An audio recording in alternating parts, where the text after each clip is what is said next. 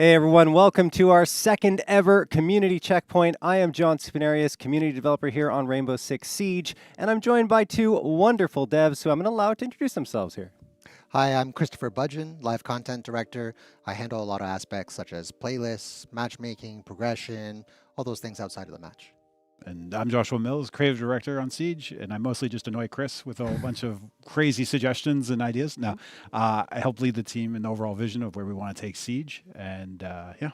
I mean, you guys have probably already seen them before if you watched any of our reveals, but yeah, that suffice to say, we're going to go into some interesting discussions here today. And for a refresher, I guess, for those who didn't see the first community checkpoint, what we want to do here is kind of target the things that you guys are saying out on our community and our socials, you know, bringing it up in our feedback surveys, things like that, so that we can address the important things for you.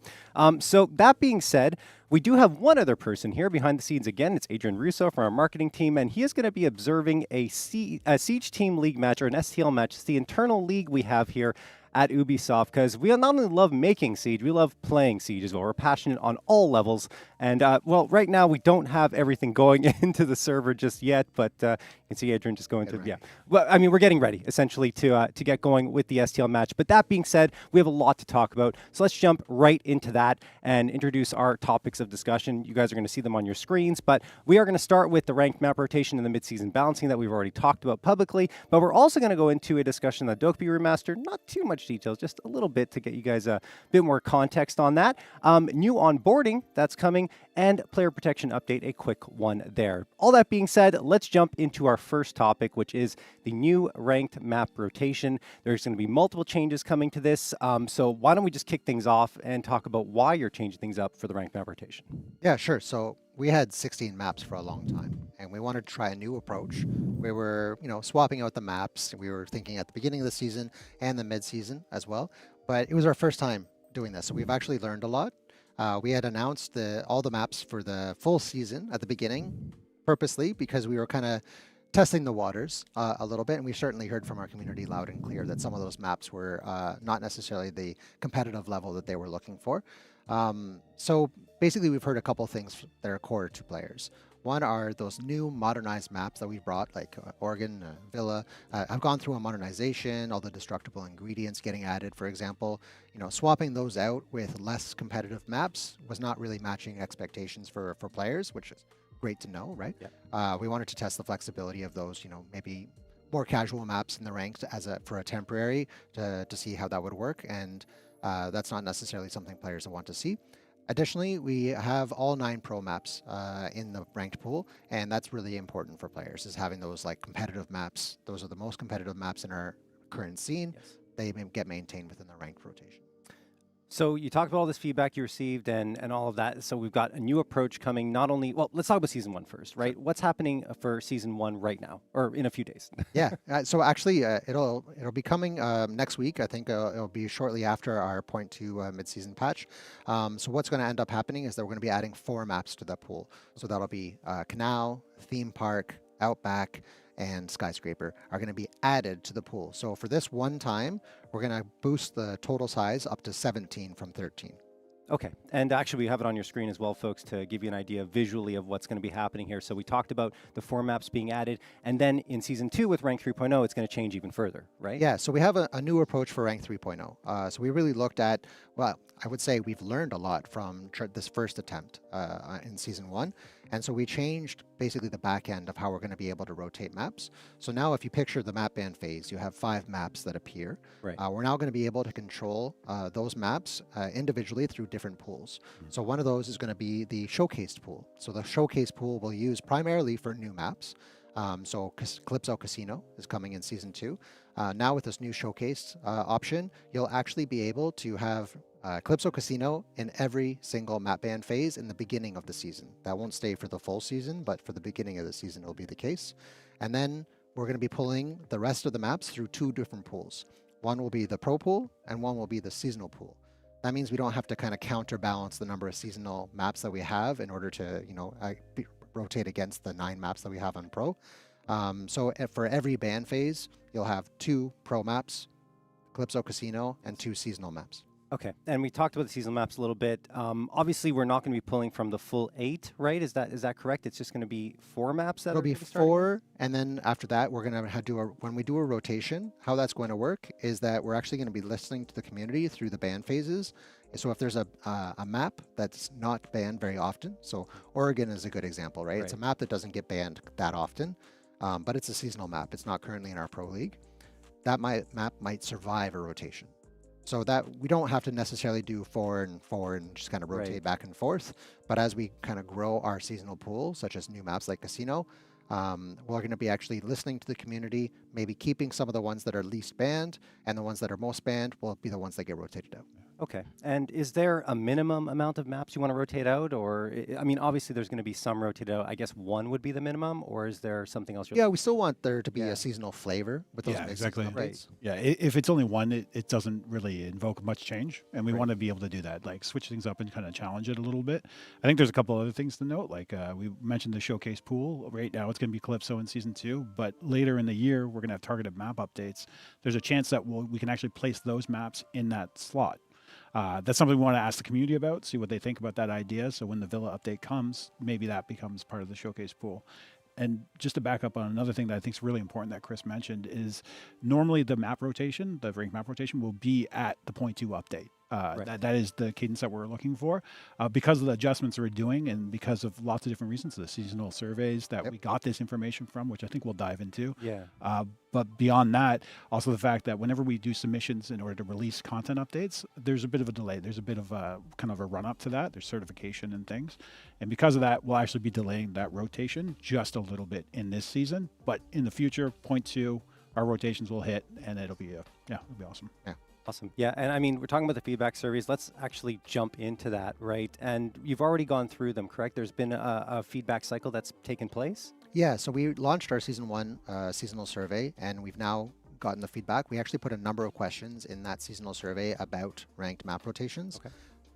I was personally surprised how much Favela was hated. I knew it was not a top map. I didn't expect the amount of hate that it got. And one thing we don't want is really impact overall players' enjoyment in the ranked pool. Right. So basically, what it did highlight for us is that that's a map that we wanted to be in more of a a competitive place. Right. So maybe it needs some reworks. Maybe we need to do a little bit of work on that map. Mm-hmm. But that's the key aspect on why that's not showing up in the rotation that we're doing in Season 1. So we were just listening to the community. We don't want that experience. It's okay. We're not going to do that. But we're going a little fun by adding more maps in. And in terms of receiving feedback from everyone out there, what is the best way for them to get their voice heard? The seasonal survey is the best. Like if we had to, prioritize them, the seasonal survey is a great structured way for us to get feedback. We do also watch a lot of content creator content. We're on socials. For sure, we do workshops with our community and our pros.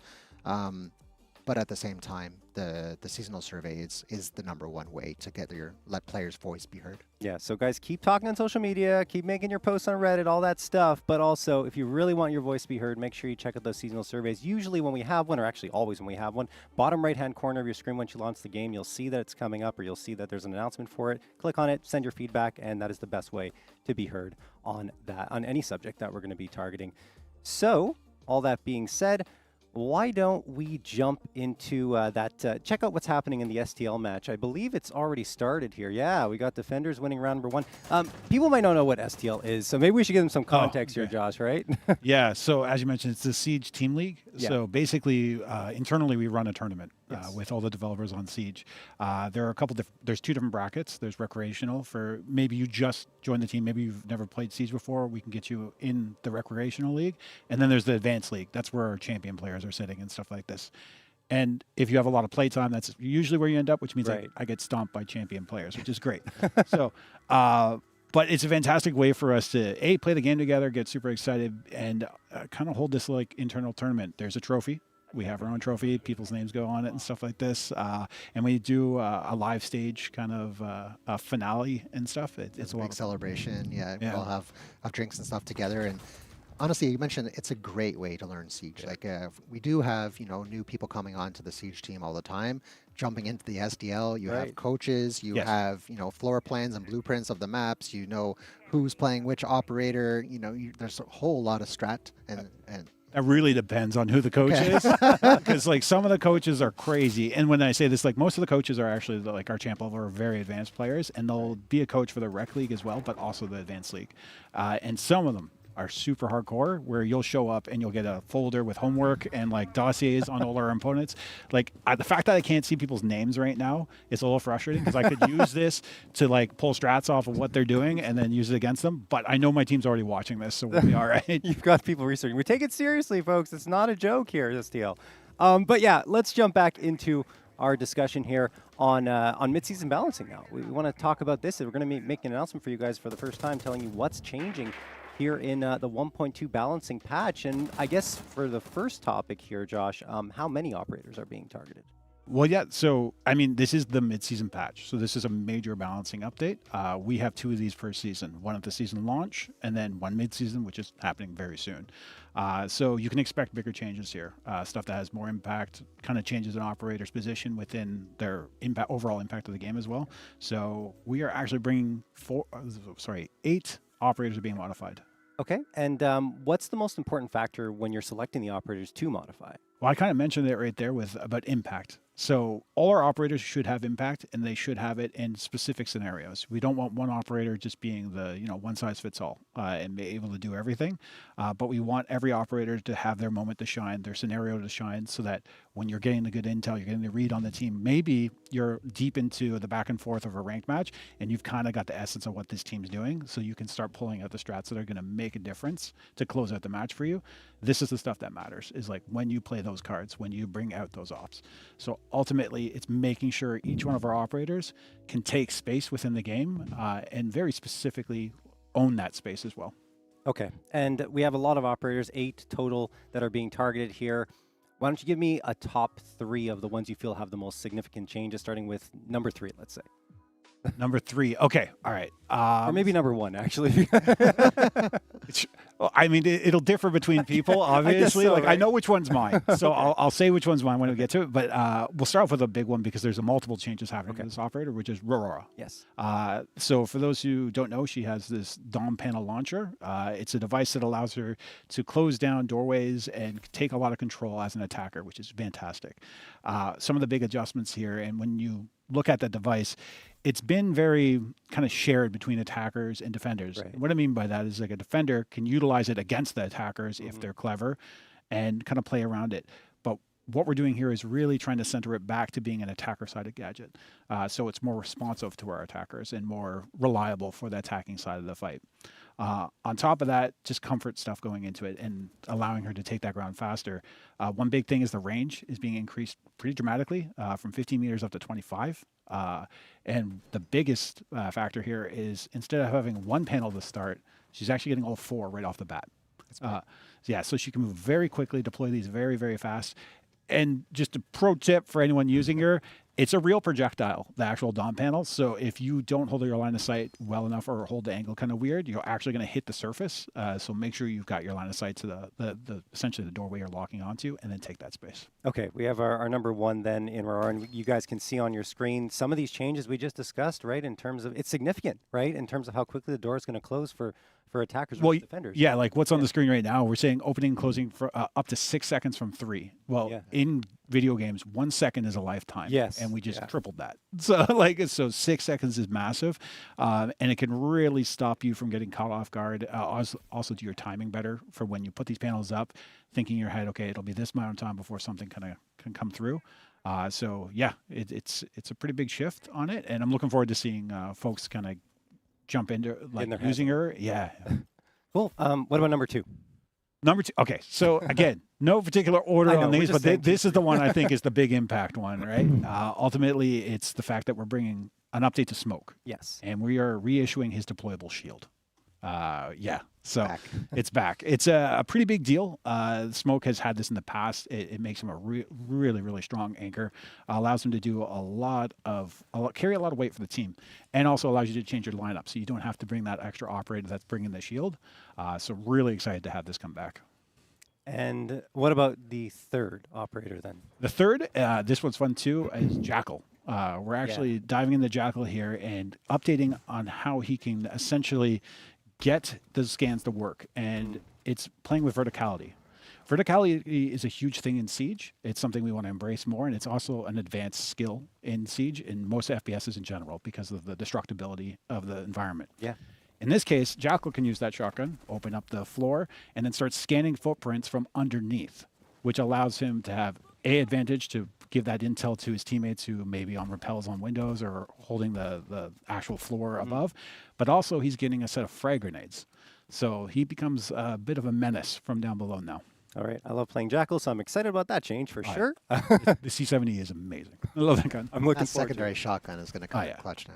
All right. And I mean, we've got those 3 operators covered. However, we do have other changes coming. You already talked about 5 other operators, and I think they're not as significant, but still interesting in their own right, right? Yeah, so these changes are definitely focused on quality of life and kind of more refined. Like they're smaller changes to give you that extra little bit of comfort that you kind of look for, and you can feel that resistance sometimes when you're playing a game.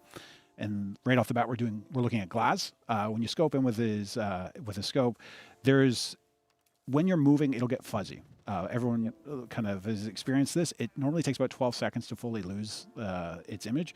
We've bumped that up to 15. So you have a little bit more time to keep that movement going and be able to kind of move a bit, stop, get that control, reset it, move a bit, stop, get that control, reset it.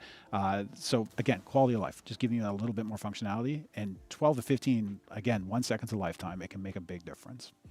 Outside of that, we have an update for Clash. The taser will be actually increased by 5 seconds, so it'll last a little bit longer, just to give her that extra little bit of flexibility there.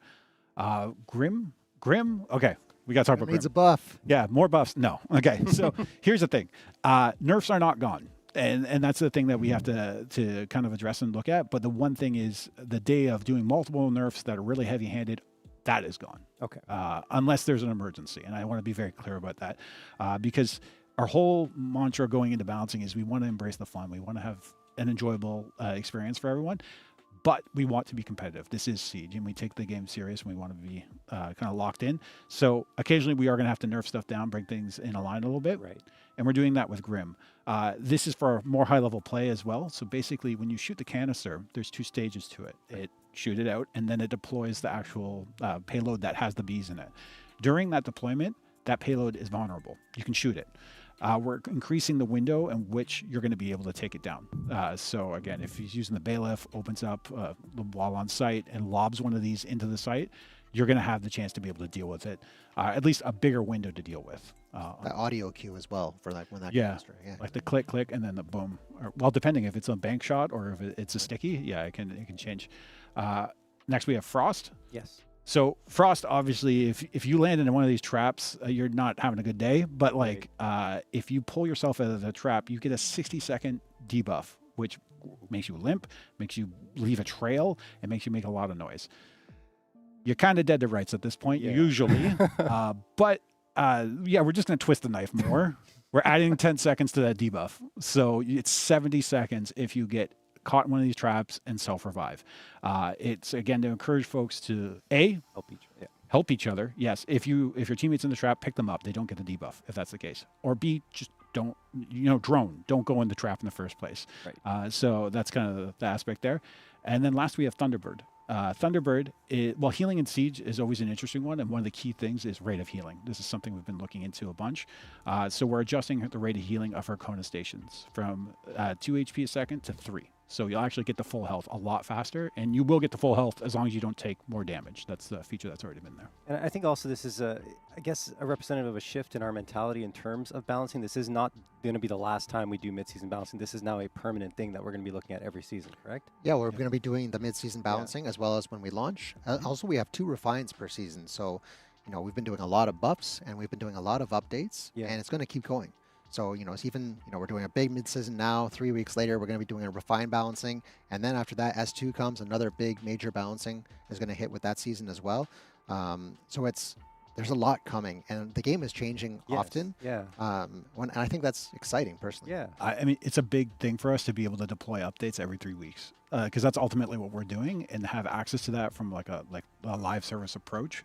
It's incredible. It allows us to be more reactive if a situation arises, but also allows us to plan stuff kind of further out, make touch points with our community through those surveys, or even seeing them in person at different events, and be able to bring that feedback in faster because we actually have access to it. We're able to do that.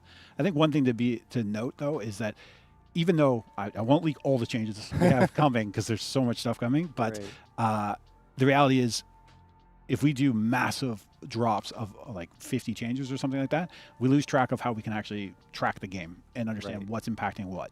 So it's important that we are staging that stuff in order to react to the impact that this has. As everyone who like really is in deep into Siege, one factor can have a cascading effect across multiple operators and just multiple sites and kind of do this thing. So we need that data to kind of solidify as it moves forward too. And speaking of data, we do have testing grounds that you've used in the past, right? For other types of changes. Is this something you would consider for these balancing elements, or is it just more of the live approach and taking this like slower approach to it, right? Yeah, I think with testing ground, well, when we talk about our balancing and everything like this, one of the big thing is like we've had the opportunity of doing workshops with players at say the Major and the SI and stuff like this.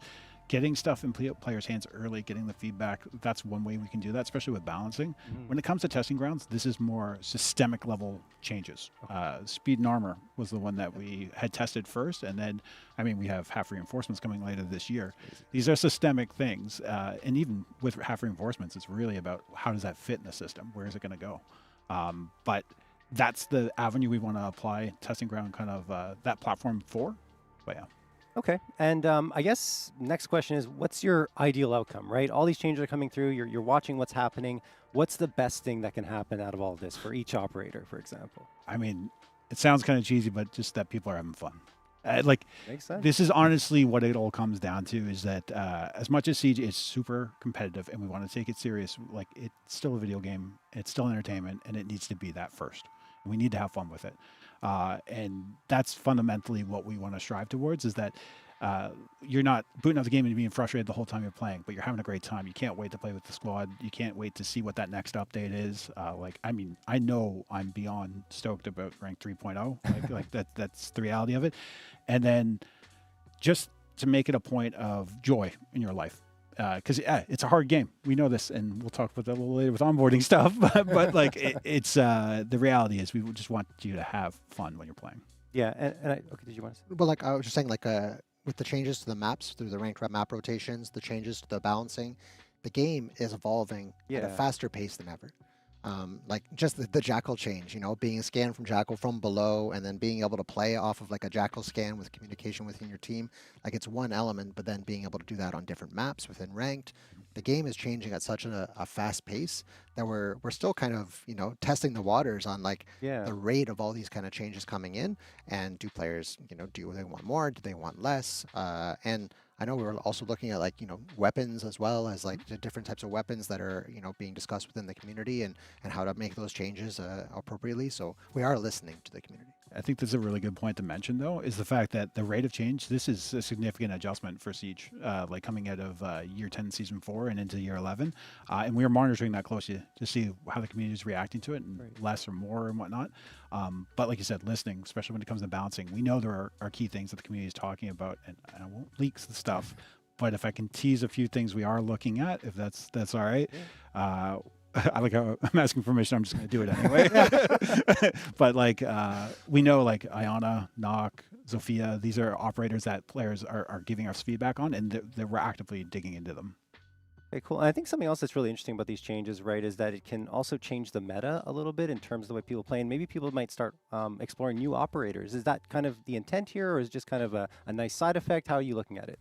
Yeah, absolutely. Like we are looking to kind of like mix things up at the end of the day. You know, Smoke having the shield back. Now Smoke might be played. It was played a lot before when he had the shield, so now that's coming back. All of a sudden Smoke's played more often, so you have that stalling techniques that are coming into play a little bit more in those ranked matches. So that like all these things just keep changing and evolving, and then we get to kind of play and almost like kind of counter through different buffs, operators that are now being brought into that rotation and are on the field and can make a difference. Nice. All right. Well, that being said, we talked about fair. We talked about maybe a little frustrating sometimes for some operators. And yeah, there's one operator, of course, that is fun to play, but sometimes can be frustrating to go against, and that is Dokkaebi, right? And that's why, you know, we got this Dokkaebi remaster announced. a lot of people viewed it and they saw it and said, well, this looks like a nerf.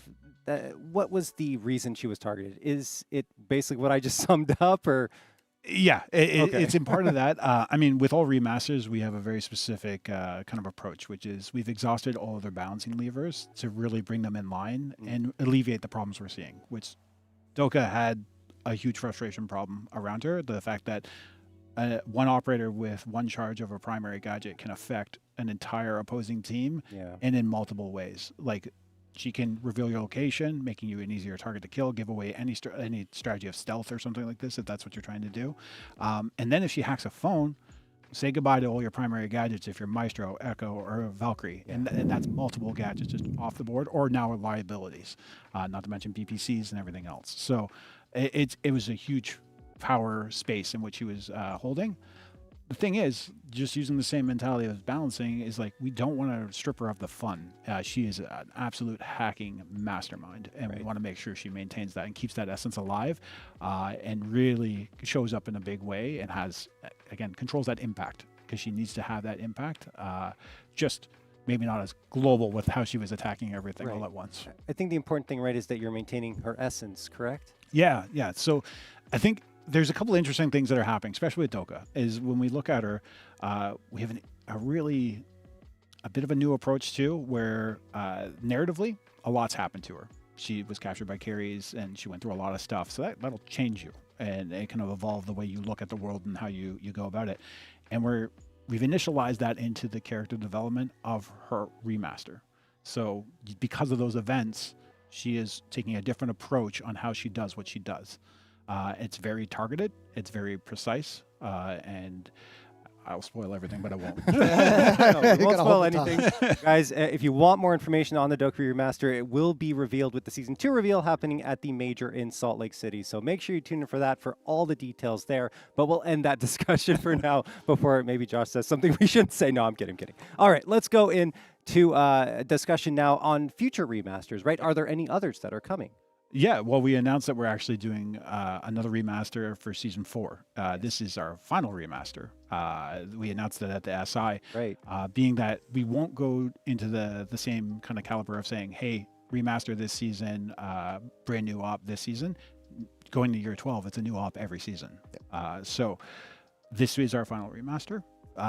The concept of reworking an operator isn't gone, though. And I want to make that clear. Like, we've kind of gotten to the point where we still have levers on our operators to kind of play with, but a rework of the past may still return, if that makes sense. Okay. And anything you can tease maybe about this?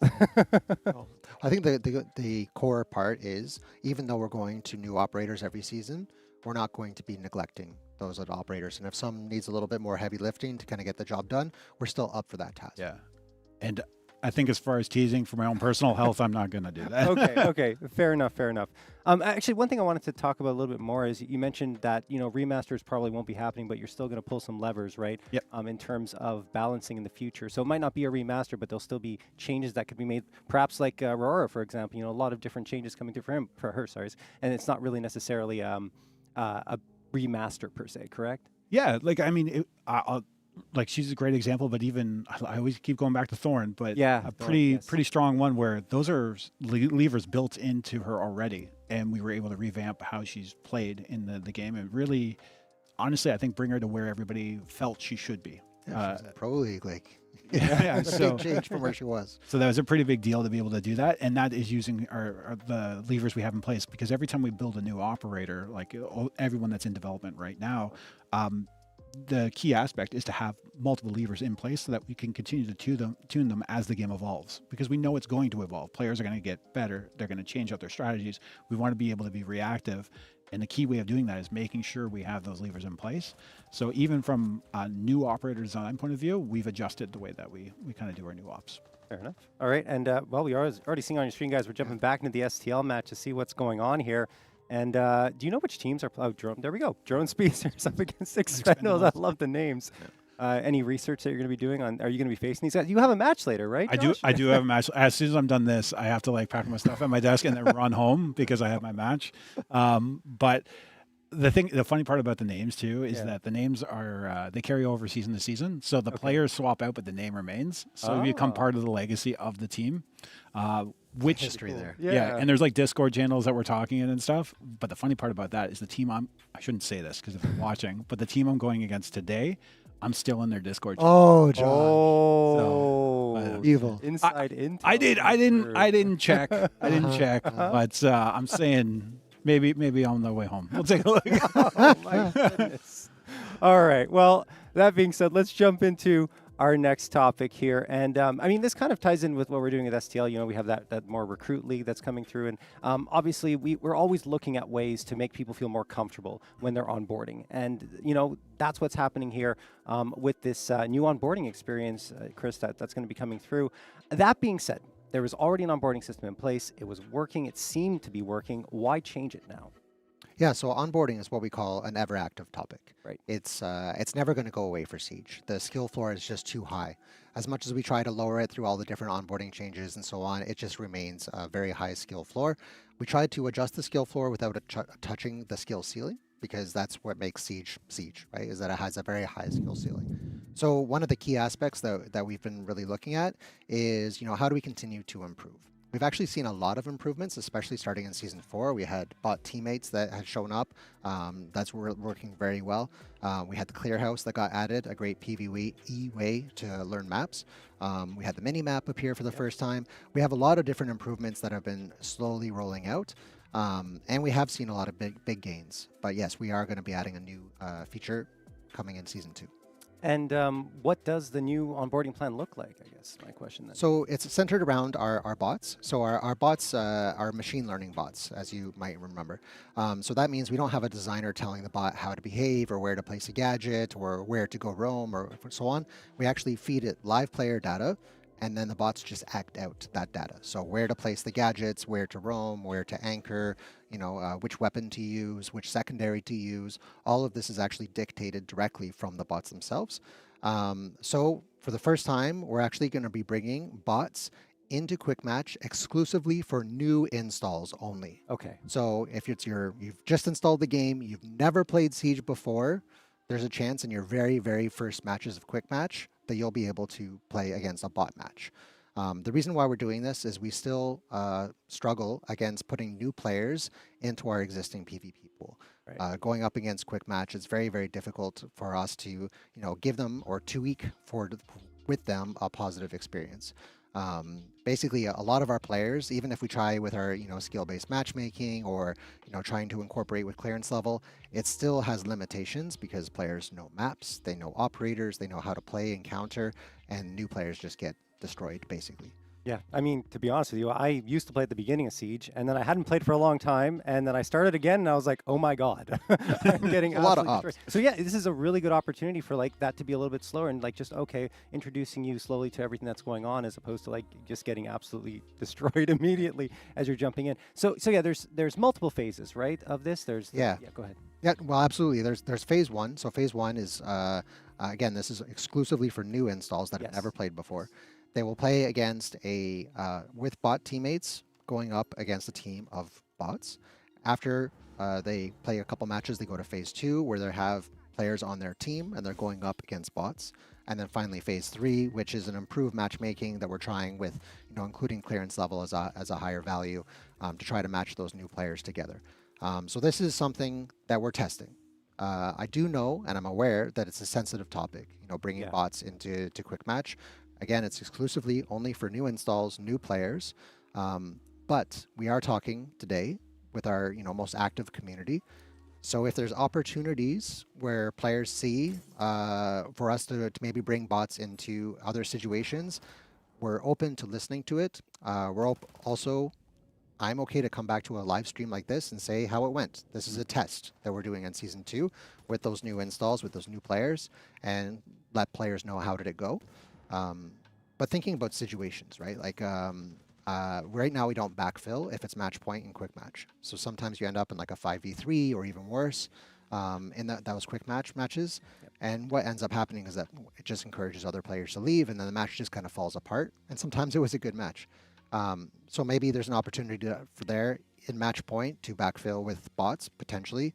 That's just one example. Yep. Another example could be I'm a player that hasn't played for years and I come back to Siege. Maybe it's okay to have a couple of bot matches to kind of warm up. in that experience. But again, that's not what we're doing with Season 2. With Season 2 is just, I've never played Siege before. I click on PvP, you might get a bot match. Okay. I mean, and by the way, guys, if you want to see stuff like that, like what Josh just mentioned in terms of bots, please let us know in the chat. We might do a seasonal survey at some point. Who knows? But yeah, we're always listening. We're always watching. We're always seeing what you guys want to have in the game. So Also, if I don't mind, just one more thing. Again, we are talking to our most active community today. So I'll just say, how do I identify a bot? yeah, I think that's important. Yeah. So there's 3 ways that you can identify if it's a bot that's that you're playing against. One is there's a number at the start of their name. So that's one of the giveaways, is that bots would always start with a number at the beginning of their name. Another one is you can't add them as a friend. And another one is you can't report them. So those buttons are just missing on the squad, like on the player profile panel, for example. So that's like a telltale sign of it's a bot. Once again, it's only for new players, new installs. Ideally, players are not smurfing.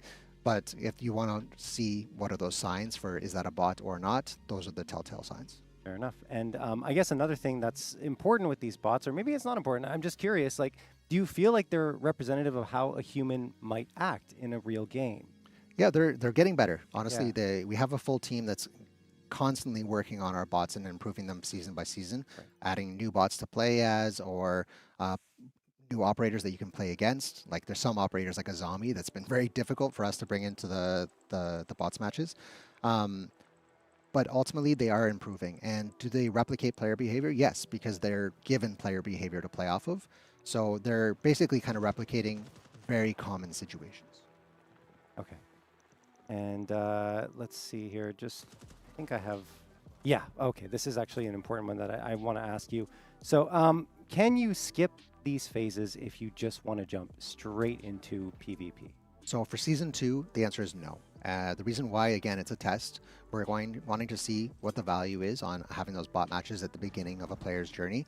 So encouraging that we do have the data ultimately on reflecting our players playing more matches. Are they sticking around? Are they falling in love with the uniqueness of Siege? Those are interesting data points that we really want to learn. So in Season 2, the answer is no, but for the future, we'll discuss. And again, I'm happy to come back and report back on how the test went.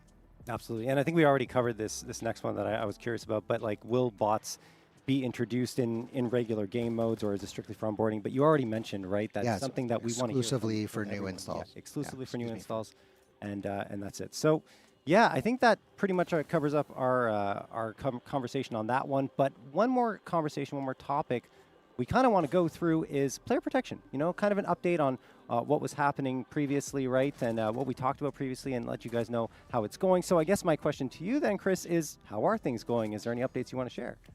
Yeah, so last time we did a community live stream, it was 100% focused on player protection. Actually, no, we touched on testing grounds as well, but mostly it was on player protection. So ultimately, we announced that we were going to start banning on Mousetrap, and I'm happy to say that we have started banning on Mousetrap. We've been banning our worst offenders. We've been banning those that are showing other telltale signs of being a bad actor within our community, and Mousetrap bans have begun. Additionally, we did a major update to Mousetrap, and we found it to be 6 times more effective identifying a mouse and keyboard in a console pool. We're well aware that there's more work to do in terms of detecting recoils. We mentioned last time in the community live stream, we are actively working on this, and we'll have more to announce soon.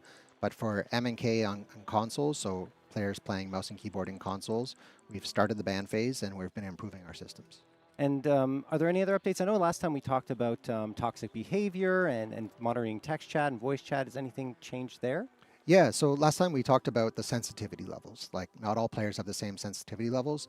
What we've done is just basically taken a big step back in terms of how sensitive the systems have been. Players are likely noticing that they're getting flagged less often, right, than for the chat communications. Also, we completely stripped away the idea of something that's slightly offensive or moderately offensive. We just said, just let that roll. You don't see that yellow text anymore that says, hey, maybe this is offensive. Yeah. We just removed that idea altogether. There's one other thing that we've been working on, which is we've been trying to detect positive communication. So players that are making callouts, players that are saying, upstairs, downstairs, big tower, like those are strong, positive callouts that are helping with the match. That's being a good teammate. So if players check the reputation center, they're likely going to see they're getting flagged for positive communication at a much higher rate than they were in the past. That's awesome. Yeah, always important to have that be reinforced, right? That's right. Anything else you want to share regarding player protection before we move on? I think the key part is that like it's again an ever active topic for us. It's a mouse and cat game. We're always going to be updating our systems. We have a team that's fully committed to it. We've been ramping up. We had a lot of big wins, and it's going to be a topic that we're always going to be committing to fight against. And there's going to be up and downs, but stick with us because we are 100% committed to that fight. Sounds good. All right. That does wrap up our coverage here. And I promise, guys, I haven't. Oh, yeah, I am there. Okay. Hey, I just thought my camera wasn't seeing. We're seeing a lot of STL coverage coming through, though. But yeah, if you guys have any questions that you want to ask in the chat, please do so now. If you already have been, we've been monitoring, we've been collecting them. So we're going to go through those soon. Before we do, we have some pre-submitted questions that we want to cover here, and we'll go through them. Guys, feel free, whoever wants to answer them. I'm just going to throw them out there. So first question is, and we may have already answered some of these, but is there a possibility of ranked map rotations while also removing the ban system? So right now we're not looking at removing the ban system. We like the idea that it has some player agency in the match. So players can kind of choose, okay, I want to avoid that map, but I want to play on this map, et cetera. So we still feel the map ban phase has a place. I mentioned earlier in the discussion, we are updating the rules at how we populate those maps. You know, a showcased map, X amount guaranteed to be pro maps, and so on. So that's something that we are actually bringing for Season 2 with Rank 3.0. But as of right now, we're not removing the ban phase. Okay, fair enough. And then on the Dokkaebi remaster, I'm not sure if we can answer this question, but I'm going to put it through anyway. If you can't, just tell me. So far, it looks like Deimos, where you choose someone and call them directly, which I think we kind of teased at SI, right? Yeah, so Don't have to go into too much. I won't go into too much, but yeah, she's definitely, it's not, the global call ability is the thing that we talked about at SI being removed. So she no longer calls everybody all at once. But we have to look at Dokkaebi's full kit. She had more functionality than just calling people. She could hack into the network, and that had functionality. So there's other aspects that are existing in her kit on what she can do, and of course, like the effect of what she's doing and how is that effective compared to, say, a Deimos. Where is that intel coming from? How is that being communicated? These all change those different vectors. She's still a hacking expert. I think that's the best way to do it, with, you know, threading the needle here. Okay, fair enough. Next question, kind of very heavily focused on player protection here. When will we be seeing bans for macros and console cheaters? Yeah, so we know it's a big topic. We are actively working on it. We mentioned last time we actually had some partnerships with some pro teams that kind of really helped us gather some recoil data, especially on PC. So we'll be bringing it to the PC pool first, and then the console pool after will be looked at. Okay. It's a big topic for us. We're actively working on this. Okay, and the next question is actually pretty much the same thing, so we're going to move past that one.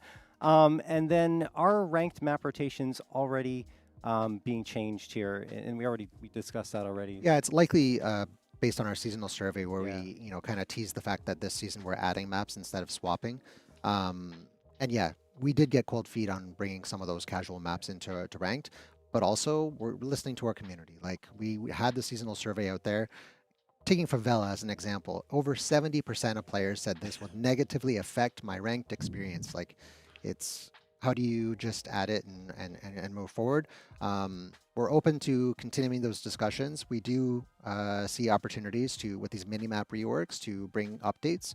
We're going to continue analysis on maps, like especially maps that are not hitting the mark competitively for us, because we do want a larger pool so we can do the rotations more effectively. The one thing that really came from that too is when we saw that data come in, we saw that 70%. I mean, that's a punch in the face. It's like, okay, yeah, we got to change our strategy here. And I remember the call we were in, we were talking about it. We were with Max, who's our esports director, and we were going over like 9 maps. They're not moving. We need our 9 pro maps, 100%. And we were talking about it. And I remember Chris at one point just said, well, if we just add them all in?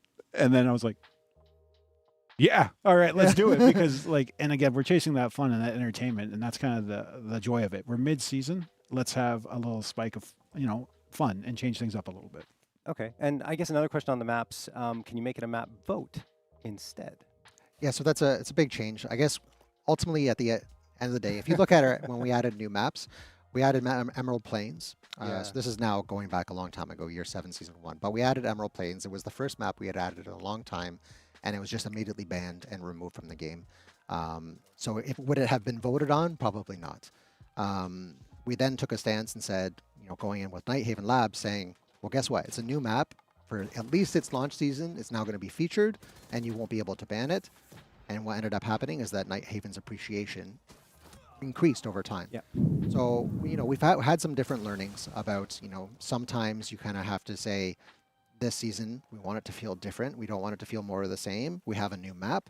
Guess what? It's going to get played. Yeah, I think there are opportunities to find ways and get the community involved with decisions that are being taken here. Like, obviously, we're listening to the surveys, but I'll go back to and this is kind of off the cuff, I'll go back to the example when we launched that Ash bundle. There was 3 different versions of Ash, and the community voted on it, and then that's what went live. I would love for more opportunities to do stuff like this with the content in the game. So maybe there are other things we can do, but we'll discuss and we'll figure out what those kind of touch points are to get the community involved and have impact for what's showing up in the season. All right. And go I ahead. want to say one last thing. Like recently, we did an April Fool's stuff. Yes. This is so good. It was kind of like we're having fun. Obviously, we're bringing our most casual maps and putting it into our most competitive playlist that we have, and it was pretty well received. Yeah. Right. So just because it's not necessarily in ranked doesn't mean that those maps need to stay in casual. I think we can find other ways to have fun. Yeah, absolutely. Anything else? Okay, just want to make sure. Okay, and then the final question that we had pre-submitted, then I'll go to the live questions. For Secure Boot, will it eventually be rolled out into ranked and the whole game? I think we kind of covered this last time, but let's reiterate again. Yeah, so Secure Boot is definitely going to get rolled out. It's part of our R6 Shield Guard secure platform, which includes Secure Boot, TPM 2.0, and many other aspects. But ultimately, that's going to be launching for Legend Division. We're going to have that roll out. We're going to see how that goes. And then if we get big wins through that system, then yes, we'll be looking at, where else do we bring it, including ranked. So that is a target for us, but it's not necessarily something that we will be doing in the short term. For now, it's exclusive to the Legend Division. Okay. It's like Chris mentioned, like when it comes to anti-cheat and protecting the game, this is an ongoing battle. We are never going to neglect tools that are available to us that allow us to secure the game.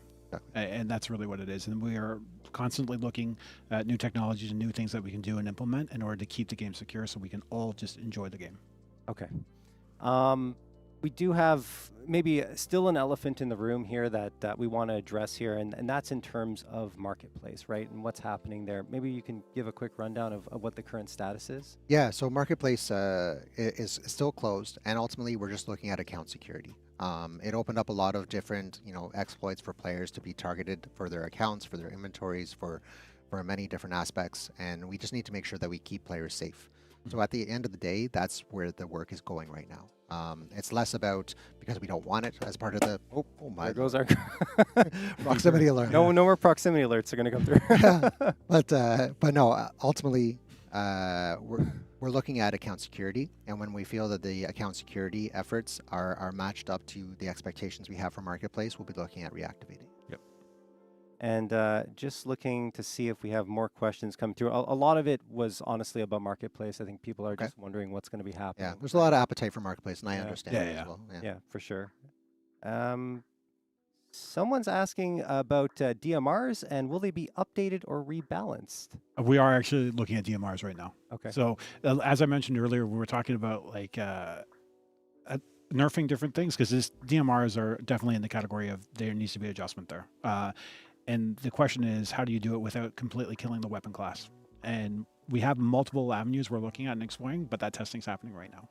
So it's been something we've talked to our pros in the pro workshops to get an understanding, because obviously DMR show up a lot more at higher level lobbies just by the very nature of it. And that's the funny thing is when you look at the data, their pick rate is like substantially smaller than like full ARs and stuff like this, but just by the nature of the beast, you have to hit your shots, and you're probably seeing it in STL. Like I'm sure people are running them, but ultimately we are looking at them and trying to find essentially the best solution to keep them controlling the space, just like an operator, but within the armory. So I would say, like, also when you mentioned the bouncing and the, looking at, we don't look at just percentages. We look at the MMR, the play rate within those different, ultimately there's a bell curve. So when you go to the higher MMR, it is a smaller percentage of players because it's just a bell curve. That's naturally how things will work. But we take that very seriously. Like we're not discounting it because it's a small percentage. In fact, that's the top of our game. So we do pay close attention to what's happening there. Right. And I think we've mentioned in a couple of other things, like whenever we see, let's say, like SIs going on, whatever is happening on SI is going to show up in the game at all, like multiple ranks, much further down than you'd expect, just because people start to mimic the strats that they see. And they're like, okay, well, if they're running this DMR or whatever, I got to learn it. And then it can amplify the impact in the overall game. But the point being, it's definitely something we're monitoring and adjusting. So regardless of how big any issue is, we still recognize it as something we want to address. Okay. We have some more fun questions, let's say, coming in. Will we see night maps? Can we talk about that at all? I mean, it's just been asked a lot. No. So the one thing I've said about just lighting in general when it comes to Siege is we did a huge update for Siege X, like just overhauled our entire lighting system, but that system's maturing. This is something that we're doing. We're improving it in the back end for just development purposes, like behind the scenes development, making sure it's easier for our teams to use and our artists to use. You can see that with the modernized maps. You'll see just them looking so much more rich with everything going on. But it's an evolution of tech, and we have to continue to make those evolutions. So investments in Siege, investments in where we can take the game are things that we're always talking about. It's the best non-direct answer. Don't worry, I'm calling myself on it. It's fine. No worries. I mean, look, we got. I mean, we were talking about balancing and stuff like that. People are asking a 1.5 scope. 1.5, yeah. So so 1.5 is a really interesting one because it had all the benefits with none of the negatives. And that's one of the things we talk about in Siege is that there's pros and cons to every action you take, and there's pros and cons to everything you bring in your gear. So if you bring the DMR, you better hit your shots. Yeah. And as we can tell, not all players are at that skill, so they'll stay to fully automatic weapons. Right. But that's the same thing. Depending on what you're bringing in the field, there has to be the repercussions for doing so because the consequence is kind of in the nature of Siege. The 1.5 really didn't have that. It just was. It was the joy of everything. And I'm gonna admit, I love the thing too. This is not not liking it, but finding how we can make comfort there, because there is a very real comfort conversation about that. Especially honestly, when we talk about console players, they sit 12 feet, 8 feet away from their TV and stuff like this. So having the proper magnification, it makes a big difference. We are constantly reevaluating different sites. Sites being the actual attachment, and looking into new ways in which we can enhance that experience in the gunplay overall. But again, you can't have all the things, because if you have all the things on one thing, you choose nothing else, and nothing else has purpose. So we have to keep that in mind. Okay. Another question on weapon balancing. Will the SMG 12 be nerfed, updated, or balanced? Can I just say yes to all those? Okay. Because it will. Yeah, we're looking at it right now. Okay. Not in this patch, but it's definitely a focus. Yeah. Because again, listening to the community and looking at this stuff. Now I'm not. I'll say yes, but you don't know which one of those that I said yes to. So. Yeah. No, it's cool. Yeah, I'm just sorry. There's a lot of stuff coming in now. Again, I don't know if we can say anything here. You kind of hinted at it before, Josh, but someone's asking, when are we getting Nock, Zofia, and Yana buffs? That I'm not going to spoil. Yeah, I figured. No, I don't know. No. See, the funny thing with there are a few levers left to play with on these operators and to take a look in. But I'll be honest, if we get to the point where those levers aren't making the needle move the way we need to, then it falls into that new kind of the rework territory. Right. And I think that's honestly, I can see that conversation in the community where people are like, oh, this needs to be a remaster or rework this. And the reality is we want to try a couple more levers before we go that far. Okay. But that's how much care we have for each one of our operators, that we don't want any of them to be questioned for their position in the game. We want them to be like, yeah, they're awesome at XYZ. I love that they're in my roster. I'm super pumped that I have learned to play them. Because again, if you have a deep operator roster and you can just swap through, target ban me all day long, it's not going to matter. You're going to run out of bans, right? Exactly. So it's and that's ultimately the goal there. As long as each operator owns their own little space, right? I guess is the point. Okay, cool. And then another question here: could we see secure area or hostage come to unranked or have a weekly highlight playlist? Oh, well, that's interesting. So we announced at the SI that we were looking into, where does hostage fit ultimately? Securia is in that same conversation. Looking globally at the 3 game modes that we have today, like right now they're just lumped into quick match, and you have an option to kind of turn them on or off. Most people have turned them off, and then they just forget what their settings were. Right. And then after that, they just go and they click quick match and they play bomb. Trying to highlight those modes because there are core modes that have been around for a long time. Like Hostage is dear to my own personal heart because it was like the reveal trailer, right? Like they were playing Hostage. Right, yeah. So, trying to see if we can kind of capture the magic of those modes and try to highlight them. We talked about having fun with the Siege Cup. Like that could be a potential way, but we are looking at ways that we can support those modes more than we are today.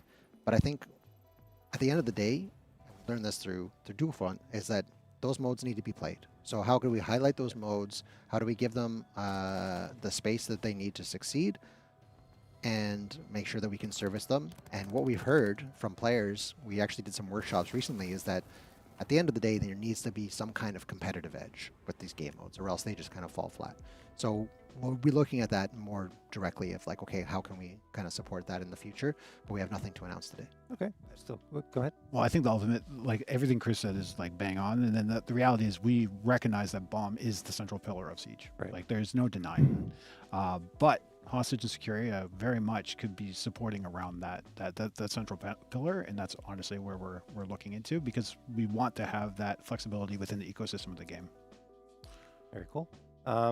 Looking through more questions here. This one's kind of always a hot topic, so I guess I'll ask it for you guys since you keep on asking. Are you adding ACOGs back to Defenders? I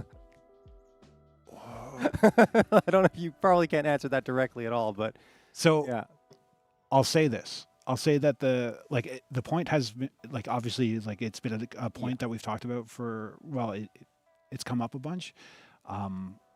It's not falling on deaf ears, if that makes sense. This is something we are actively listening to and making sure that we're finding ways in which we can do this. I mentioned we're looking at sites, so yeah.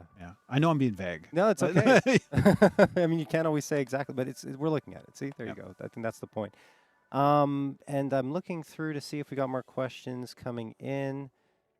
Not seeing anything. I want to give people like a couple of minutes to see if they have anything else they want to ask. But anything else you want to add on all the topics we discussed today that maybe you feel we might have missed? Or I think honestly, like just how much players enjoy these conversations, and the types of topics that they'd want to see. Like we have lots of developers here on site that we can be talking about, whether it's the universe and the lore, talking about, our menu structures, talking about, anything that they'd like to know about the game. Obviously, Josh and I are always available, but there's other developers here that can add, a lot more insight into game development or Siege's development, if you will.